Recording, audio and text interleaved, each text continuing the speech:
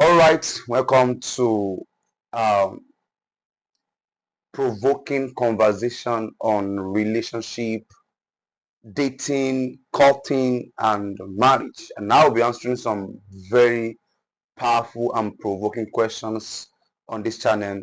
Kindly ensure to subscribe to our channel and ensure to share this video to someone who is single, someone who is currently in a relationship, or someone who just got married. So I'm sure it's going to bless them. All right, so I'm going to be answering some provoking questions that I strongly believe it's going to help you. It's going to help you to make right choices. It's going to help you to become better. It's going to help you to make it right in marriage. Now, let me quickly say this. One of the reasons why I am so passionate about marriage, relationship, love is not because I'm not a fireful person or I'm not spiritual. It's because I know what a wrong message or a wrong marriage decisions make can do in a person's life. Just one mistake can ruin everything you have built. You see, um, regardless of who you are, you want to become, if you make a wrong decision in marriage, trust me, you cannot become that person you want to become. So quickly, let's answer all this question. Question number one. Okay, very funny question, very important questions. Now, it has to do, I think there are three things to help you measure if someone is the right person for you, and they're very powerful. Number one is God factor. What is God saying about this person? You see, I'll tell people, I said, now, when you are praying for marriage, you pray and watch, which means you watch the person's character, you watch the compatibility, you see, you watch if you like the person. And after you are done with that, you take that your measurements to God and say, Lord, this is who I love, who I want to choose, who I want to end my life with. Is it the right person for me? Why? Because see, you only know someone that you met. You only know from the beginning, but God knows from the end to the beginning, which means that God knows the end from the beginning. You only knows the beginning of the process. So you can say a young man who has car today, who is doing very well. You don't know what will happen in 2, 3 years, but God knows the end from the beginning. All right. So take the person to God. Let God stay. God still speak to people about marriage. Please don't because God is delaying and run out of God. God knows the end. You see, He knows the end from the beginning. You knows the beginning, you don't know the end. So it's better to submit to someone who knows the end and they begin to help you choose the right person for you. So first factor, the God factor. Take that person to God and let God choose for you. Is that correct? Let God choose for you, which means it can be done in the place of prayer, in the place of studying God's word. God still speaks to people. The danger is that if the only time you are hearing God is when it's time for marriage, you are wrong. And I'm sure you will hear wrongly. If the only time you want to hear God is concerning marriage, you hear wrongly. The God factor. And second thing you have to check is that check for compatibility. Am I compatible with this person? Is this person my friend? Let me tell you something. Many people are fond of meeting strangers, or they feel like I can't marry my friends. You see, you you have to either make friends with a stranger and marry them, or marry your friend, because marriage is done between two friends. You don't all you do in marriage is not just about sex. No. There are things that there are really stuff you guys want to do in marriage. And believe me, it is sweet when you marry your friend. Third thing you have to check for is character.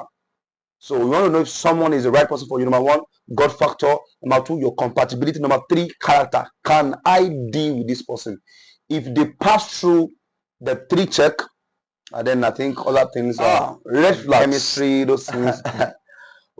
I will tell you that there are red flags that you have to check for, and you have to really pay attention to in a relationship. I think for me, I'll just list three of them. Red flags you should never employ in a relationship. Number one is character you. Character you, please.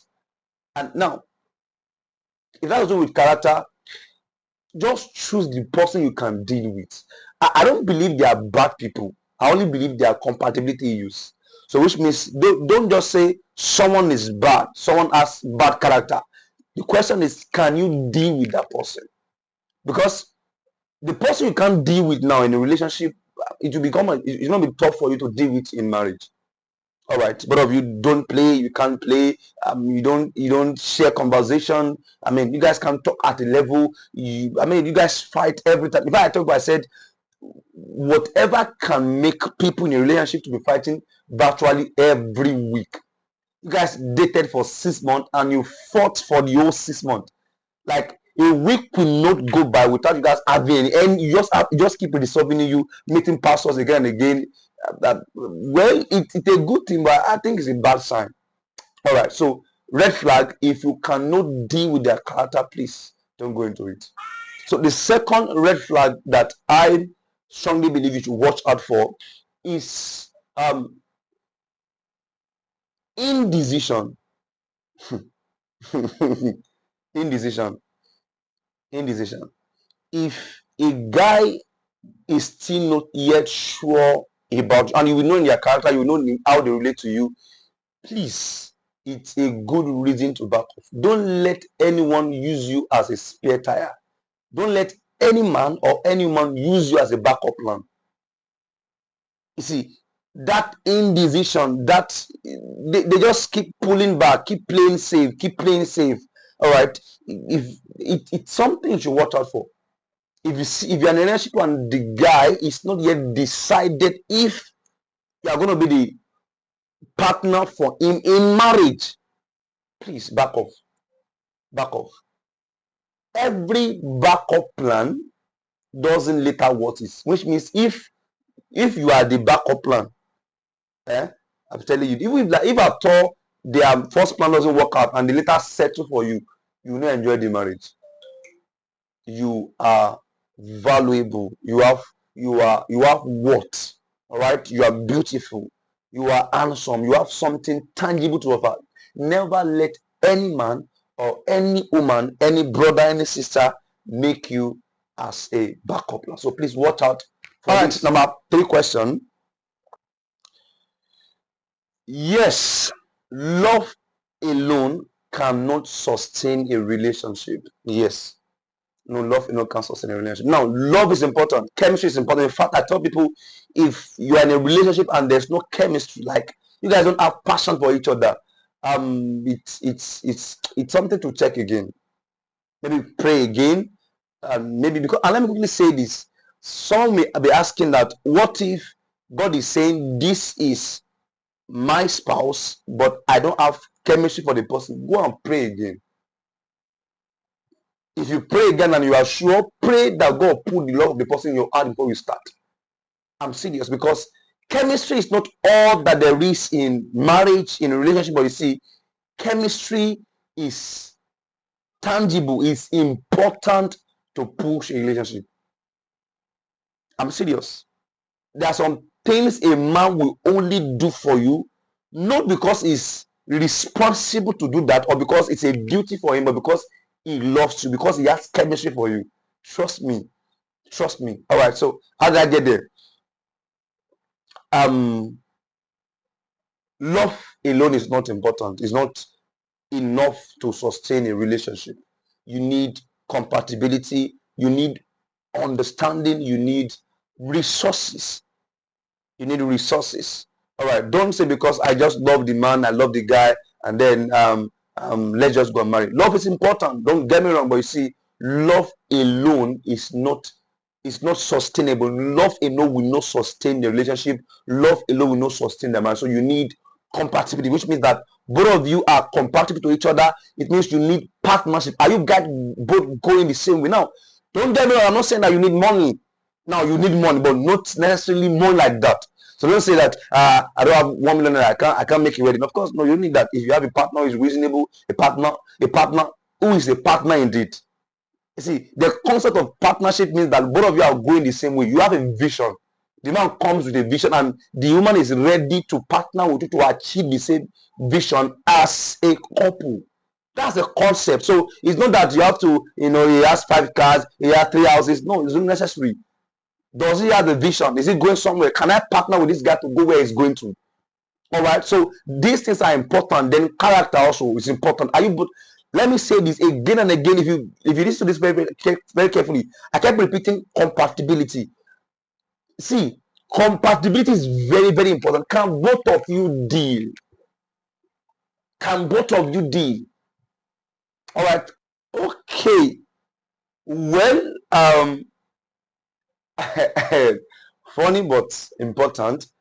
I don't believe in a long-term courtship, like 10 years courtship, like 20 years courtship. I mean, I'm not a fan of that. And as well, I don't believe in a short-term courtship, like 2 weeks courtship, 1 month courtship, and then guys, well, just my personal opinion anyway. It's not from scriptures. Just my personal opinion. Well, do whatever God wants you to do. But you see, um, um, so the reason why I don't believe in long-term courtship is because two reasons. Number one, for morality's sake. If both of you really genuinely have love for each other, you have true chemistry, you will be tempted. I'm serious. You will be tempted. And it is better not to just keep elongating your temptation and keep guys putting. That's just my personal reason for that. If God grants you grace, or if you both are not in the same location, and if God grants you both grace, fine. But then you don't need the long-term course. There's nothing like, I mean, what are you guys waiting for? You guys are married. All right, but then so my suggestion, my own, is maximum 2 years, 3 years, minimum 6 months, 4 months. Within 6 months, you'll be able to know who the person at least. Now, if God has helped you to choose the person, as led you to the person, and within 6 months, you'll be able to know if both of you are compatible or not. So this is very, very important. You marry for both love and compatibility. You marry for both, but between love and compatibility, I think I will choose compatibility. Listen, compatibility will reduce divorce, will reduce fight, will reduce argument in marriage. But love will increase it. You see, you can so be in love and you are blind to the person's character. You see, love can blind your eyes. So people will say love can blind your eyes, but marriage you open it. You see, that's true. Love can blind your eyes, but see, compatibility will open your eyes. It's also simple. Am I compatible with this? Let's take away love. Can I see? You have to understand that when you are choosing someone, you are choosing to spend the rest of your life, your rest morning, your rest night, your rest afternoon. You see, you are choosing to spend the rest of your time, rest of your life, rest of your morning, rest of your night, rest of your death. Till it is till death do you apart. So just ask, can I spend? In fact, I think someone came to me and I asked him very quick question. I said, can you spend the rest of your life with this person? And he just took a breath and said, really take a key. Rest of your life, rest morning, rest evening, rest night, rest afternoon, rest business day. Right, you are going through a lot, both of you. So I think if both of you are compatible, you will be able to do very well. All right, but love is important, love is necessary, but don't marry for love. Now, don't get me wrong, you can marry for love, but you see, choose compatibility more than love. Do you get my point now? Don't only marry for love alone without compatibility. So which means that both of you are not compatible. You are going west, it's going north. But because it's beautiful and because you have chemistry, there's something tingling your heart, there's something moving, it will move you to Dog John. It will move you if you move both of you to crash. So choose compatibility, choose partnership. Oh, we are going the same place. Oh, we are compatible. Now, it doesn't mean that both of you will not have argument, but it's something both of you can deal with. Can you both deal? Can you both deal? Okay. Can you both deal? So that's my take on that. There's not really measurement. It's not about age, actually. It's not about age. It's not about resources. It's not about really maybe you have money or not. I think there are two things I'll just say to that. Number one, maturity, emotional maturity, emotional stability. If both of you are stable emotionally, both of you are really matured at least to a certain level, I mean, you guys are good to go in marriage. I mean, age is no. I've seen marriages. They got married 22 and they're very fine. I've seen marriages got married 35. They're very fine. I've seen marriages at old days say crash. I've seen marriages at young age say crash. So age is not really a determinant of success in marriage or failure in marriage. I think compatibility, maturity are the determinants. So if you are really, of course, matured and I think you have little resources, let me quickly add this. You also need financial stability. You need money, especially for the man. But I'm not making it a condition because I push faith to people.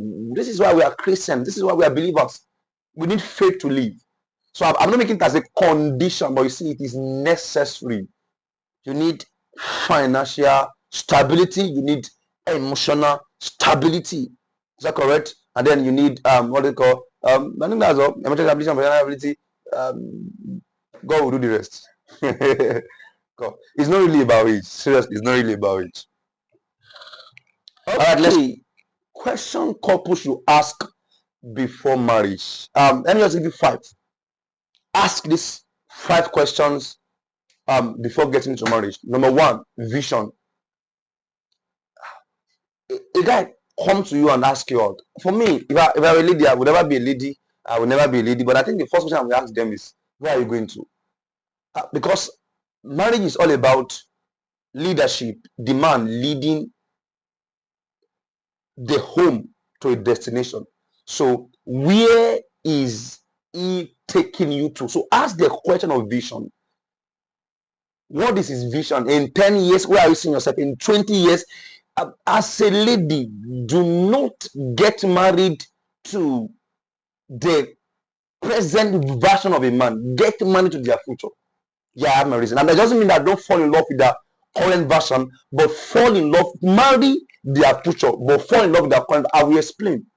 When you fall in love with the current version, you are in love, all right? You see, but even if they have not achieved all they want to achieve, they are not financially stable yet, or they've not successful, they don't have cars, money, houses, but because you are convinced that their future is going to be great, so you are choosing them. So you are marrying their future, but you fall in love with their current reality. Do you get the point now? All right, so that's it. Ask the question of vision. Where are you seeing yourself in 5 years, in 3 years, in 4 years? Vision will help you to build your homes. Vision will help you to know the work your man will do. Vision will help you to know the kind of man you are getting married to. Stop point now. If you ask him, where's your vision? Where are you going to? Many ladies don't ask those questions. Okay, is it dark and handsome? Yes, I know. Will it be dark and handsome forever? Of course not. Of course not. A guy can be dark and handsome today. In the next 5 years, we have pot belly. It's true. So if you are getting married to the parent version, I mean, so don't say I will work him out. It's not true. Ask them about their vision. Where are they going to? Where are you seeing yourself in 10 years, in 20 years? So get married to their vision, but fall in love with their current reality. Second question you should ask in courtship, or you should ask yourself before getting to marriage, is that where are you coming from? People don't ask background they are getting married to. You see, when you are choosing a man or a woman, and just choosing his beauty, you're also marrying their family. I know we don't talk about this in church, but it's very, very important. You are getting married to their family. Ask where they are coming from. Ask about their background. Ask about how they grew up, their past. Ask them those questions, so that you don't be getting to marriage and be listening to some stories that you're not aware about. And let me say this. Courtship days are days to ask questions. It's not days to be sending I love you. It's good to be doing I love you, I love you, I love you, you are the sugar in my tea, you are this and it's just as good. But if that's all you do and don't ask genuine questions, you'll be in trouble. Ask about their past. Ask about where they're coming from. Ask about their genotype. All right? I mean, ask questions about themselves, about them rather. about your spouse. Ask questions. Ask questions. Ask questions. Who are you? Where are you coming from? What happened to your family? What happened to your dad? I mean, ask those questions. It's going to help you not to scare you, but to help you know what you are getting married to. Now, through prayers, we can believe for people and break patterns. We can break generational patterns. But you see, you have to know what you are getting married to. So ask about where they are coming from. Third question is ask about their workable plan towards finances. Money is important to money is important to. Is this seed green?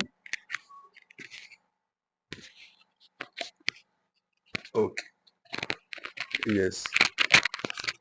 So money is important to you see, I don't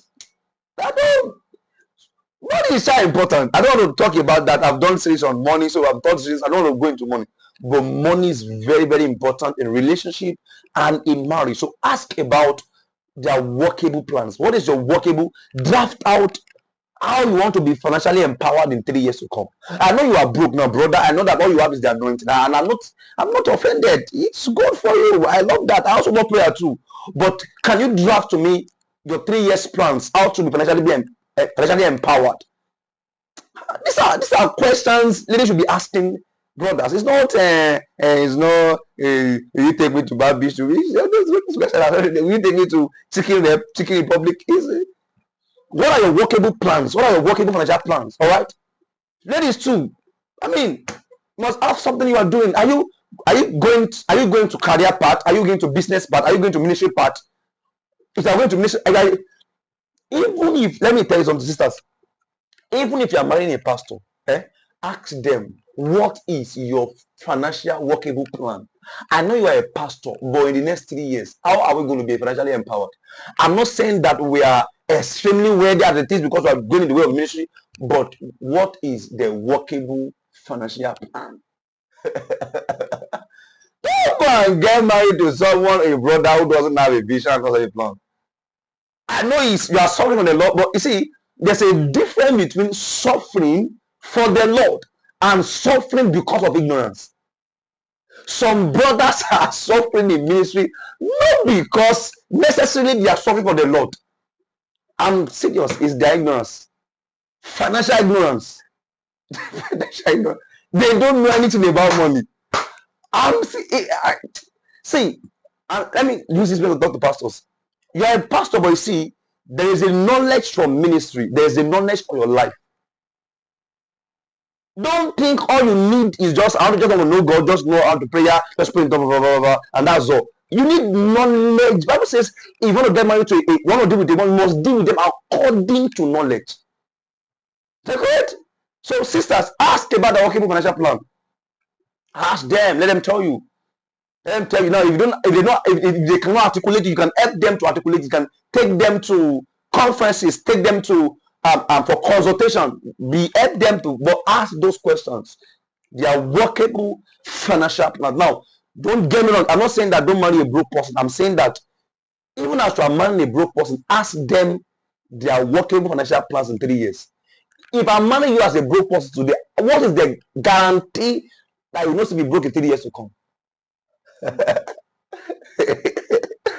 What is the guarantee that you will not be broke in 5 years to come? You can't be broke now. I'll still be broke in 3 years to go. And then I'll not choose my life. I'm not spending the rest of my life with you. It's not possible now. It's not possible. It's not possible. Sisters too. I'm serious. If I'm choosing a lady now, who asks me, I say, okay, can you just pray? Can you just help us? What is your plan? What is your plan? What is your plan? So ask these questions. All right, number 4. Ask their mentors or spiritual father who they are. All right. Ask them, who are your mentors? Who are your spiritual fathers? Who are people that if they are going through a lot, I can report to? Who are people that if they are going astray, I can report you to? Listen, a man that doesn't have a head over his head is a dangerous man. Don't choose a man who is not accountable to someone. As a man, we are prone to stray away, all right? But there are some people they can report us to that can take us back to.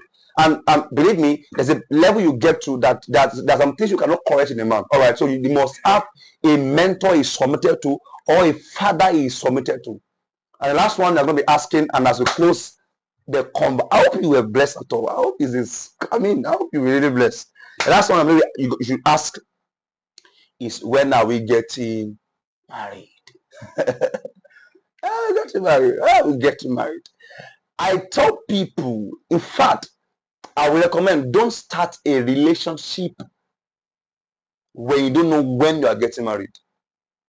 Don't start a vision-led relationship. That's what leads to sexual immorality. I'm serious. If both of you don't know when you are getting married, you don't know now, you'll be prone to sexual immorality. So as you are proposing, tell them, when are we getting married? Is it June what? Is it June 25,000 birthday? Congratulations, you can get married then. Is it June what? Is it what time, what year, when? So those, and let it be evident. Let both of you should know it. Say those, when you know when you are getting married, it will help you, all right, to have a workable plan. It will help you to even start planning. All right, I'm serious. It will even get you committed to the relationship. Don't marry a relationship that is not going somewhere. Where are we going to marry? Let's just be going. What have you not go and catch you, or what have you not go to where? Let us be going. Let us be going. I mean, it's not, doesn't make sense. So I hope you were blessed. Thank you so much for following us. Thank you so much, so much. Ensure you click the like button, you click the share button, and ensure you subscribe to this YouTube channel. Thank you. My name remains the same, Joshua Sunday, your coach. Shalom.